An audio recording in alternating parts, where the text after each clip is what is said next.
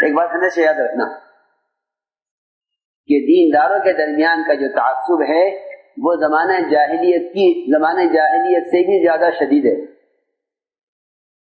میری بات توجہ سننا کہ زمانہ جاہلیت کے تعصب سے زیادہ شدید ہے دینداروں کا تعصب. کیونکہ کفار کے تعصب سے حق کا نقصان نہیں ہوگا لیکن اہل دین کے تعصب سے حق کا نقصان ہوگا. سنیے میری بات, اہل حق کے تعصب سے دین کا نقصان ہوگا. کیوں؟ یہ امت کو توڑنے والی اور امت کو بکھیرنے والی کوئی چیز نہیں ہے سوائے اہل دین کے آپس کے تعصب کے. یہ امت کو بکھیر دیں گے, یہ امت کو بکھیر دے گا. جی تعصب, یہ آدمی عصبیت کی وجہ سے تعاون نہیں کرتا, یہ بہت بنیادی بات ہے.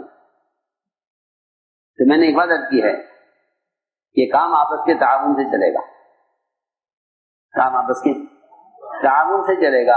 اس تعاون میں بڑی رکاوٹ کیا ہے؟ اس تعاون میں بڑی رکاوٹ کیا ہے؟ کہ اس تعاون میں سب سے بڑی رکاوٹ حسد ہے. کیا حسد؟ ہے کہ حسد معامل نہیں بننے دے گا.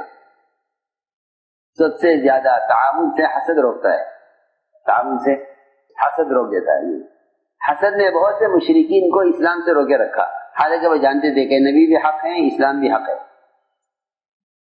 جی ہاں, ایک چیز کو حق جاننے کے باوجود قبول نہ کرنا یہ حسد کی وجہ سے ہوتا ہے.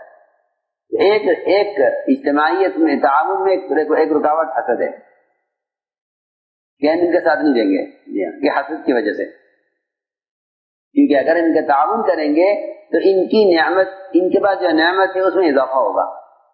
سنو وہ سے. اور حسد جو ہے وہ نعمت کی ترقی نہیں چاہتا, حسد وہ نعمت کا زوال چاہتا ہے. یہ حسد کا تقاضا ہے, جس کی نعمت ختم ہو جائے. حسد نعمت کا زوال چاہتا ہے, حسد نعمت کی ترقی نہیں چاہتا. تو میں نے ایک بات عرض کی ہے کہ اس تعاون میں بڑی رکاوٹ آپس کا حسد ہے. اس لیے اس کام میں حسد کی گنجائش نہیں ہے, کیونکہ کام اللہ کا ہے, وہ جسے چاہے لے لیں. ہمارا کام یہ ہے کہ چھوٹوں کا تعاون کریں, چھوٹوں کا تعاون کریں, اور چھوٹوں کو چاہیے کہ وہ بڑوں کے معاون بنے, کیونکہ چھوٹے اور بڑے ان کا رشتہ دماغ اور اعضاء کی طرح ہے. دماغ اور اعضاء کہ اعضاء کا دماغ کے ساتھ جتنا تعلق ہوگا اتنے تقاضے پورے ہوں گے, اور اگر اعضاء کا تعلق دماغ سے نہیں ہے تو اسی کو جسم کا خالص کہتے ہیں. یہ اس کے ہاتھ کا, اس کے پیر کا تعلق دماغ سے ختم ہو گیا ہے. ایک آدمی کی یہ جو ہے آنکھ بند رہتی تھی, کھلتی نہیں, تو ہاتھ سے کھولے پھر گر جائے پردہ. کیا بات ہے؟ اس نے کہا کہ ایک رگ سوکھ گئی ہے اندر جو اس کو اٹھاتی تھی. کتنی بڑی ضرورت ہے, کتنی بڑی ضرورت ہے کہ آنکھ کھلی رہے دیکھنے کے لیے. اس نے بتلایا کہ آنکھ کے پردے کو اٹھانے والی رگ وہ سوکھ گئی ہے.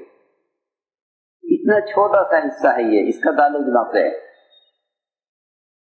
پھر ہاتھ پاؤں جو بدن کی ضروریات کو پورا کرتے ہیں, جو اس کے بدن کی قوت کو ظاہر کرتے ہیں. یہ سوچنے کی بات ہے کہ چھوٹوں کو چاہیے کہ وہ بڑوں کے معاون بنے, یہ کام تعاون سے چلے گا. تو میں نے عرض کیا کہ دو شرطیں ہیں اللہ کی مدد کے لیے, ایک اجتماعیت اور ایک باہمی تعاون. تعاون میں جو رکاوٹ بنتا ہے وہ حسد رکاوٹ بنتا ہے. یہ حسد ایک دوسرے کا مقابل بنا دیتا ہے, حسد ایک دوسرے کا مقابل بنا دیتا ہے. یہ حسد ایک دوسرے کا مقابل بناتا ہے, حالانکہ یہ کام تعاون سے چلے گا, تقابل سے نہیں, ایک دوسرے کے مقابلے سے نہیں. یہ ایک دوسرے کے تعاون سے کام ترقی کرے گا. اس لیے حکم ہے کہ خیر کے کاموں میں ایک دوسرے کا تعاون کرو, خیر کے کام میں ایک دوسرے کا تعاون کرو, یا خیر کے کام ایک دوسرے کا تعاون کرو, کیونکہ جتنے بھی نیکیوں کے کام ہیں وہ تعاون سے ترقی کریں گے، اور جتنے دنیا کے کام ہیں وہ ایک دوسرے کے مقابلے سے آگے بڑھتے ہیں۔ یہ دنیا والوں کا دستور ہے، یہ دنیا والوں کا دستور ہے جہاں کہ دکان کے مقابلے میں دکان، کارخانے کے مقابلے میں کارخانہ، حکومت کے مقابلے میں حکومت، زمیندار کے مقابلے میں زمیندارہ، یہ سارا دنیا کا نظام یہ تقابل سے چلتا ہے، اس لیے ان میں فساد ہوتا ہے۔ دین کے کام ایک دوسرے کے تعاون سے چلتے ہیں۔ تو صحابہ کرام کی ایک بڑی صفت یہ تھی کہ جب وہ کسی کو خیر کے کام میں آگے بڑھتا ہوا دیکھتے تھے تو اپنے آپ کو ان کے ساتھ کر دیا کرتے تھے۔